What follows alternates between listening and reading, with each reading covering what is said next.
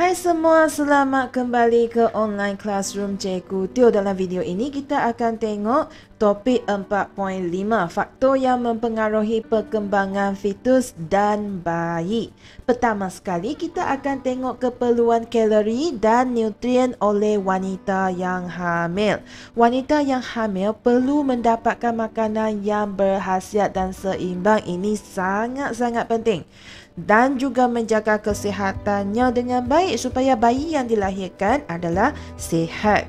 Okey, keperluan seorang wanita yang hamil kalau berbanding dengan wanita yang tidak hamil adalah lebih tinggi. Contohnya, untuk karbohidrat, wanita hamil perlukan lebih 11,000 kilojoule, manakala wanita tidak hamil lebih kurang 9,000 lebih. Okey, untuk protein, kalsium, ferrum, vitamin A dan vitamin C pun sama. Semua kelas makanan ini kalau kita bandingkan data antara wanita hamil dengan wanita tidak hamil, keperluan kalori untuk wanita hamil adalah lebih tinggi.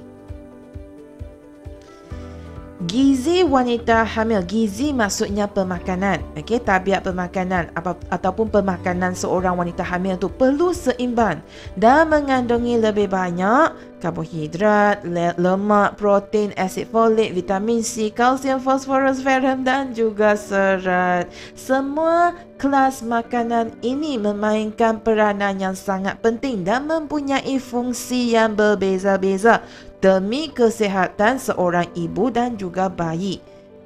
So kita akan tengok setiap kelas makanan ini, apakah contoh makanan yang ada dan juga fungsi dia. Pertama sekali, serat. Contoh serat adalah seperti bijirin, sayur-sayuran, buah-buahan, oatmeal. Semua ini adalah serat. Fungsi dia adalah untuk mencegah wanita hamil daripada mengalami sembelit. Apa itu sembelit? Sembelit adalah satu keadaan di mana seseorang itu mengalami kesukaran untuk membuang air besar. Itu dinamakan sebagai sembelit. Seterusnya, ferrum. Apa itu ferrum? Contoh makanan yang ada ferrum adalah seperti hati, daging merah dan juga ikan. Fungsi ferrum ini adalah untuk membentuk hemoglobin sel darah merah untuk mencegah wanita hamil daripada menghidap anemia. Perkataan anemia ini kita pernah tengok di dalam video sebelum ini. Anemia maksudnya kekurangan darah. Seorang tu darah dia tak cukup. Seterusnya, karbohidrat dan lemak. Contoh makanan adalah seperti nasi, roti, mentega dan keju. Fungsi karbohidrat dan lemak ini adalah untuk membekalkan tenaga untuk aktiviti harian wanita hamil supaya dia boleh berfungsi dengan baiklah, dia cukup tenaga dia. Vitamin C pula, contoh buah-buahan sitrus. Apa dia buah-buahan sitrus? Contohnya oren, limau. Ini adalah buah-buahan sitrus, jambu batu, kubis dan tomato.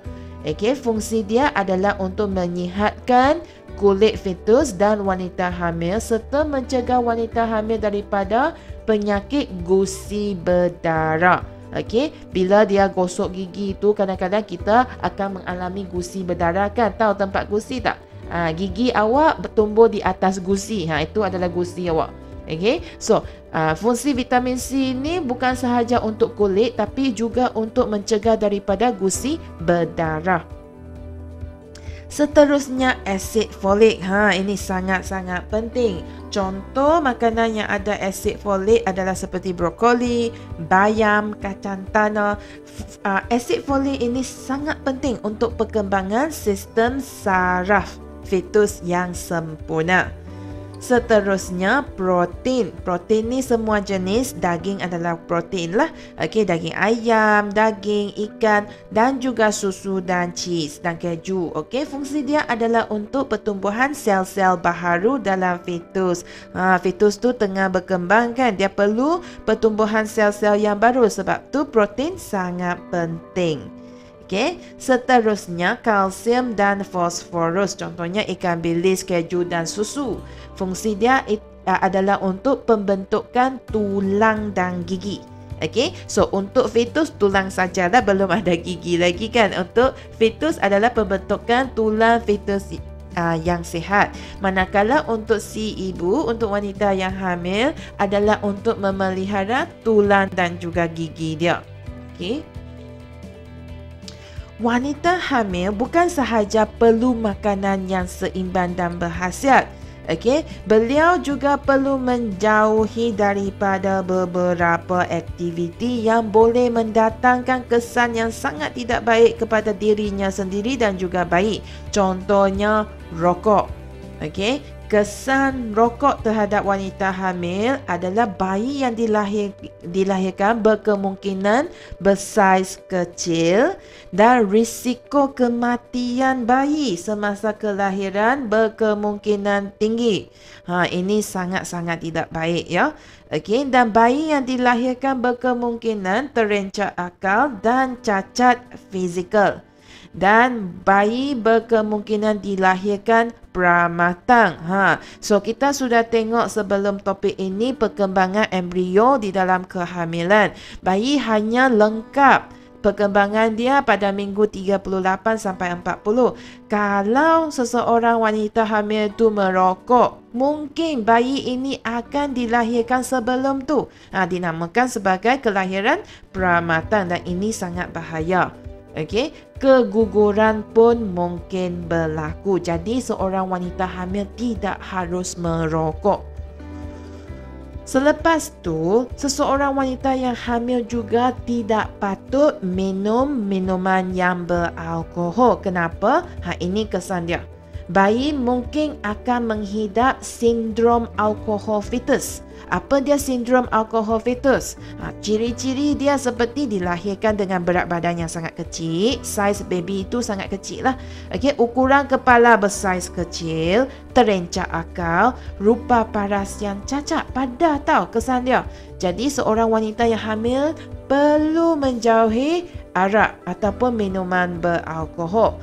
Lepas tu, fetus pun berkemungkinan akan terencah dan fungsi otak, saraf, jantung mungkin juga akan musnah. Dadah juga mendatangkan kesan yang sangat-sangat tidak baik terhadap fetus. Fetus berkemungkinan akan cacat. Okey. Marilah kita tengok pula kepentingan susu ibu. Bayi yang baru dilahirkan tak ada gigi lagi. Jadi bayi yang baru dilahirkan ni dia tak boleh nak makan makanan pejar, dia tak boleh makan nasi lagi. Bayi hanya bergantung kepada susu sebagai nutrien mereka. Maka susu ibu adalah makanan yang terbaik untuk bayi yang baru dilahirkan kerana susu ibu lebih berkhasiat kalau berbanding dengan susu formula. So makanan bayi yang terbaik adalah susu ibu. Susu ibu mengandungi semua keperluan makanan seseorang bayi. Dan susu ibu juga ada antibodi yang boleh melindungi bayi daripada setengah jenis penyakit. Okay. Hubungan bayi dan ibu akan menjadi lebih erat dan ini penting untuk perkembangan emosi seseorang bayi itu. Penghadaman bayi juga lebih baik dengan meminum susu ibu kalau berbanding dengan susu formula. Wanita yang hamil, dia perlu menjaga kesihatan dia dengan baik dan perlu sentiasa berhati-hati. Kenapa? Sebab setiap makhluk yang ada nyawa mempunyai hak untuk hidup walaupun masih dalam kandungan lagi. Oleh itu, seseorang ibu tu haruslah memastikan bayi yang berada di dalam kandungannya mendapat nutrien yang mencukupi dengan makanan yang sihat. Dia perlu makan makanan yang seimbang dan juga perlu mengelakkan diri daripada bahan-bahan yang boleh memudaratkan kesihatan, bukan kesihatan diri ibu tu sahaja tapi juga kesihatan bayi itu. Jadi itu sahaja daripada Cikgu Teo dalam video ini. Jumpa lagi dalam video yang seterusnya. Bye. Kalau awak telah belajar sesuatu yang baru hari ini, jangan lupa untuk like dan subscribe ya.